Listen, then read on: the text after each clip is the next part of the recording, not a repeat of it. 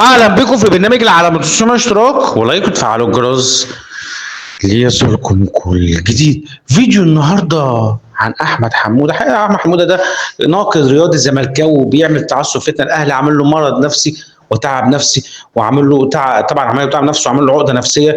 هو مش طبيعي. واحد بيعمل تعصب وفتن في مصر، هو منبع للتعصب وفتن في مصر. طبعا هو شخص كاره وحاقد وغلاوي جدا تجاه النادي الاهلي. الاهلي عامل له مرض نفسي وعامل له تعب نفسي وعامل له عقده نفسيه بجد يعني. فطبعا هو بيحب يسير الجدل بكلامه بتاع تصفيتنا وبيحب الترند والله.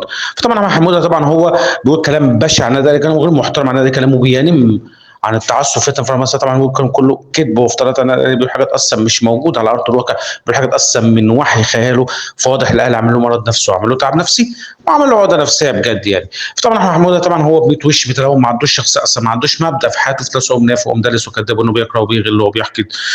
والشر ما بتجنن ده ان ده عامل مشكله وعمل عقده من السنين لانه هو بيكره وبيغل تجاه نادي الاهلي.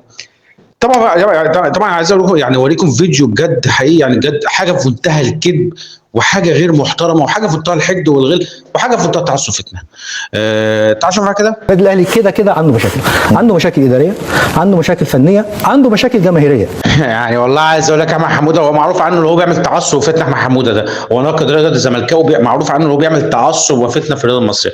احمد حموده طلع بيقول ان الاهلي عنده مشاكل، عنده مشاكل اداريه بقى وفنيه وجماهيريه، يعني حاجه مش ممكن.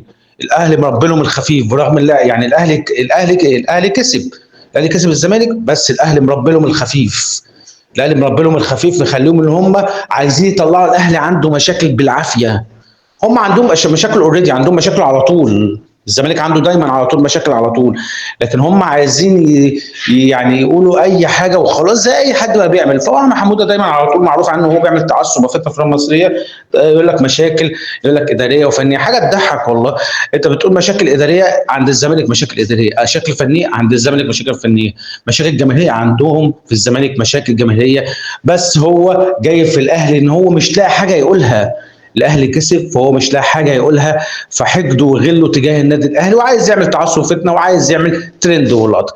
فطبعا قلت لكم طبعا هو احمد حموده طبعا قلت لكم هو بيحب يسير الجدل. طبعا هو احمد حموده طبعا هيفضل يا احمد حموده الاهلي هيفضل مجننك وهيفضل وجعك وهيفضل مربي لك خفيف وهيفضل عامل لك عقده نفسيه. فطبعا احمد حموده قلت لكم ده هو بيحب يسير الجدل بكلامه بتاع تعصب فتنه وبيحب الترند واللقطه. فطبعا احمد حموده طبعا هو كاره للنادي الاهلي وحاقد على النادي الاهلي.